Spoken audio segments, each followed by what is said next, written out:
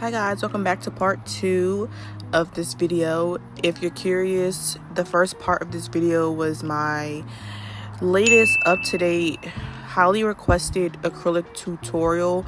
So I just talked about some key tips and tricks on how to lay a flawless acrylic application. So if you're curious, go ahead and check that video out. And this one I'm going to be showing you how to do like this viral animal print nail trend with a little bit of mixing it with some French tip, a classic French tip, and some blooming gel. The color you guys see me use first on that nail is really, it acts as a base coat.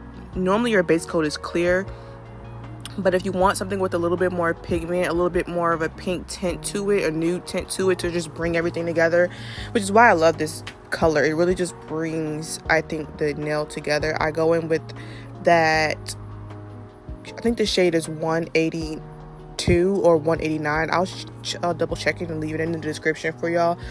But I use this color first before I do any type of nail art, because like I said, it just provides a smooth, soft base. So another little tip, if you guys are having trouble with like getting your line art super smooth,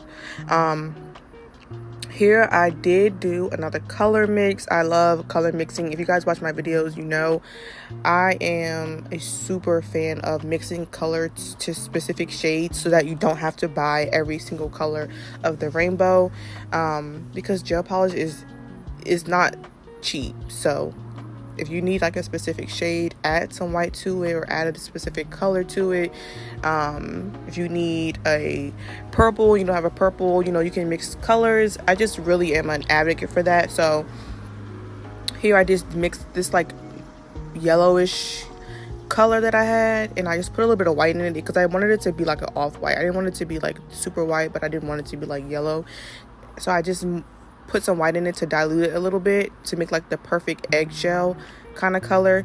So that was my French tip process, you guys. I don't have a French tip video updated one currently, but that is how I typically do my French tip. I start on the sides first and then bring the smile line down to where I want it.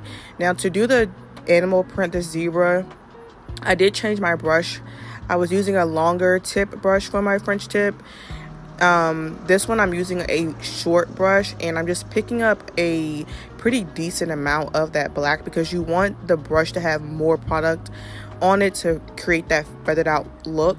So use your brush and just kind of do like some random lines. It doesn't have to be perfect. I think that's a great thing about zebra print and like leopard print, cheetah print, cow print. It's kind of like organized chaos. It's literally doesn't need to be perfect.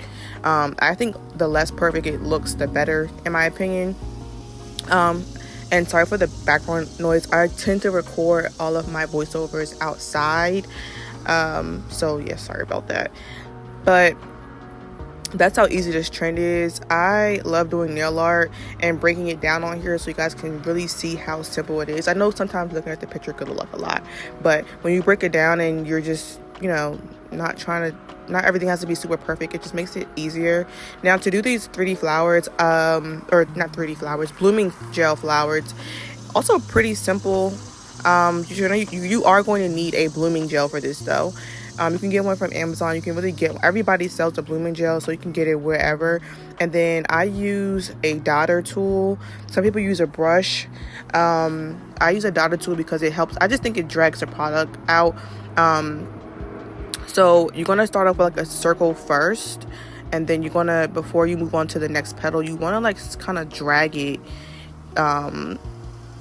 just to create that petal look. I'm again sorry for that. I don't know what it is going on tonight, but yeah, that's how you do blooming gel flowers. I'm also not sure if I have a video on that, but pretty simple. The thing is, you want to move a little bit quick because blooming gel will spread the design. Sometimes it'll spread a little too quick, so you want to spread it, or you want to cure this and move kind of quick, so that way as soon as you finish your flower, it dries the way you want it to. Because if you leave it out the light for too long, it'll just spread and kind of maybe create like a big blob, and that's not the look that we're kind of going for. So Just make sure you are moving as quick as you can, not like lightning fast, but sort of quick. And another tip for this is make sure you're using a lot of product. So like that red that I am picking up, you want it to be pick up as much as you can, because again, you do want the product to spread. Now I think a good way to test that is depending on how big you want your flower to be. If you're trying to take up a lot of space, you are going to need a little bit more product on that end of that dottor tool. So just keep that in mind. And then the last part of this video, because I'm going to stop talking, I've been talking for like 5 minutes straight. I added some like gold accent balls in the center of the flower, and there's also a little hack that I have with that. I also use a dottor tool for this. You guys will see it in the next few clips. I use a dottor tool for this, and I squeeze out some of the rhinestone gel onto my little palette, and then I dip before I even go into the gold accent balls container, I'll dip my dottor tool in the rhinestone gel, and then dip it into the pot with the gold balls. It'll make more sense when you watch me do it, but those little gold balls are a pain to pick up. Even if you have like a wax stick, they're not the easiest because they're really some of them are like really tiny. So like here I pick up the rhinestone gel first.